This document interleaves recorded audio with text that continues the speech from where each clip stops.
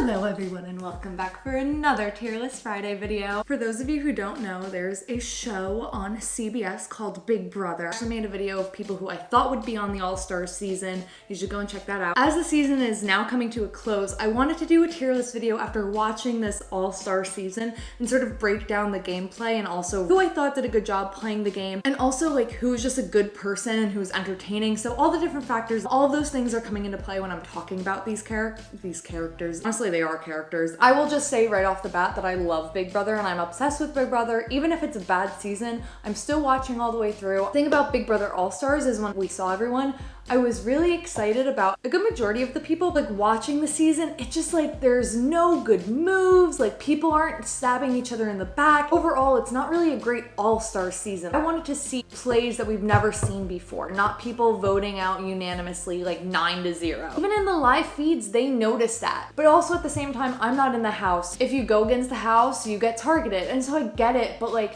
that's the game. That's the fun of Big Brother. We have elite, contenders, no doubt, fine, doesn't add to the season, gross, you're a bad person. Maybe should we go in order of how they got evicted? Keisha, you know, she was fine because she was only in there really quickly. I can't say she was elite or I can't say she was bad. She didn't really get to play the game. Nicole Anthony, she really wanted to commit to, I'm playing a better game. I'm going to play better than I did. But she didn't. She screwed herself over by not listening to Janelle and Kaser. The whole game could have been changed because they could have formed a tight alliance. If half the house aligned with Janelle and Kaser and half the house made the committee, it would be such a different game than where it ended up. Even the twists and turns of this season haven't really affected the game. Dr. Will and the neighbor twist, my friend Annie and I, shout out to Annie who is also obsessed with Big Brother, we were so excited because we're like, Dr. Will is so chaotic. Like, what is he going to do? Is he gonna mess them up? Is he gonna be banging pots and pans like Josh? He didn't do anything. He didn't utilize him and the twist enough. I still love Big Brother. I love everything about Big Brother, but there are some flaws to the system. Janelle is elite. Come on, she's the queen of Big Brother. She is such a fierce competitor. That's why they all targeted her, of course, because she's so much smarter than all of them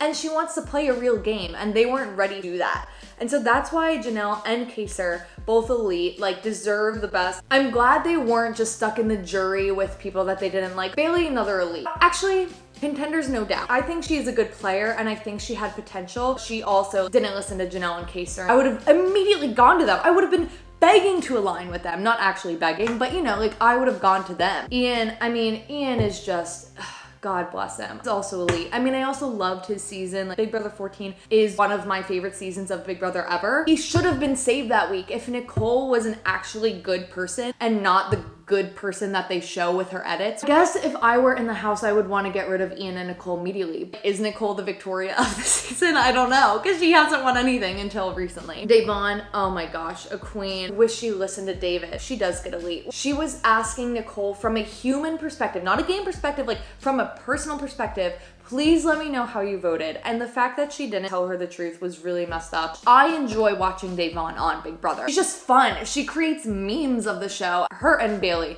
were both fighting as like Black women in the house, represent themselves and show America like, hey, as a Black woman, like you can get ahead and you can win this game, because there has not been a single Black woman who's won Big Brother. Showing how genuine they are and how much they wanted to be in the game was really, really great. Kevin, you know, bless his heart, he didn't add to the season. He wasn't gross and he wasn't a bad person because he's a really good person and really, really sweet, but he didn't add anything to the season. He was just the pawn that was used over and over and over. David also didn't add to the season. You know, you want him to do well because it's like, oh my gosh, he's getting the second chance, but he's not an all-star. And then Danny, she's gross. I don't like her. I thought she was fine at first. She wasn't really showed too much. And then she started to be shown in her DRs and I was like, oh, okay, she's getting it. Like she gets the game. It was just a turn for me and me realizing that her and Nicole are really good friends. I just have a really sour taste in my mouth with how she played. I love Tyler. I always stand by Tyler and Angela. I loved him in his season.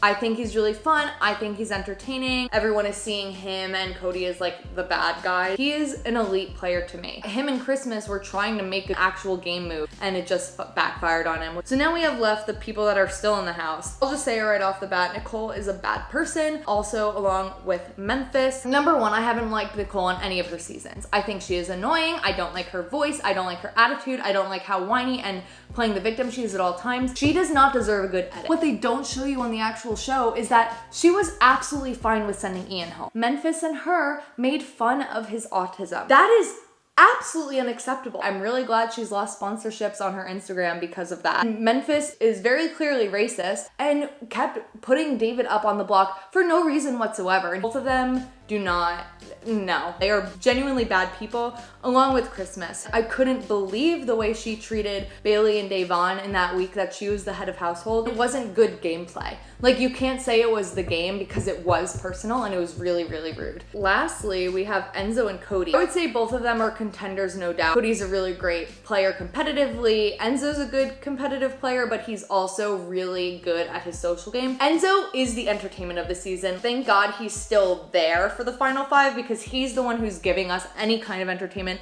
to hang on to. Cody is being coached by Derek, and that's why Cody is aligned with Nicole. Cody was one of my favorite players on Big Brother 16. I like him, but he's kind of being villainized right now because he is aligned with really awful people. Competitively, social game, I think he's a really great contender. I don't think he's an elite player, but I really, really enjoy watching him. What an interesting season. If anyone's been watching the season, please let me know what your thoughts are because I'm very interested to see if everyone else is not liking the season as much, but I'm interested to know, people who have just been watching the show and not the live feeds, what your experience is. Thank you guys so much for watching. Like this video if you enjoyed it. Comment down below other things that I should be ranking, and subscribe if you haven't subscribed yet because I post a video every single Monday, and on Fridays I post my tier list videos. I will see you next Monday. Boom, boom, bye.